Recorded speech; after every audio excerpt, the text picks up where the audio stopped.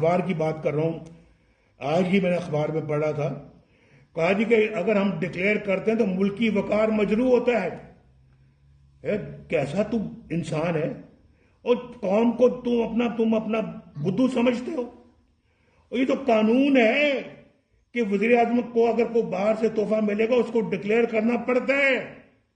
ہم نے کیے اور ہم نے ڈکلیئر کیا اور ہم نے باقاعدہ لکھ کر دیا. میرے ملٹری سیکٹری سے پوچھو جا کے, ہر دفعہ جب بھی کہیں سے کوئی تحفہ آتا تھا ہم باقاعدہ ڈکلیئر کرتے تھے اور لکھ کر بھیجتے تھے اور ڈپازٹ کرواتے تھے. کیا تم قوم کو تم سمجھتے ہو کہ پاگل ہیں؟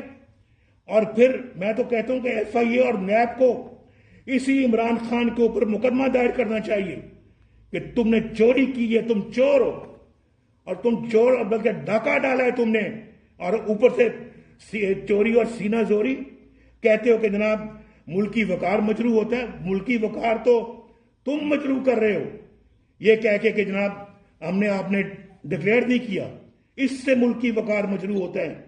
اس سے پہلے بھی ایک ایسا واقعہ ہو چکا, آپ جانتے ہیں بھائی یہ بہت بڑے چور ہیں, یہ بہت بڑے جو ہے وہ یہ ووٹ چوری کر کے بھی آئے ہیں اور پاکستان کے اندر چوری کی بڑی بڑی انہوں نے مثالیں قائم کر دی ہیں. ان کے لوگوں نے بھی, کسی کا ابھی تک احتساب نہیں ہوا.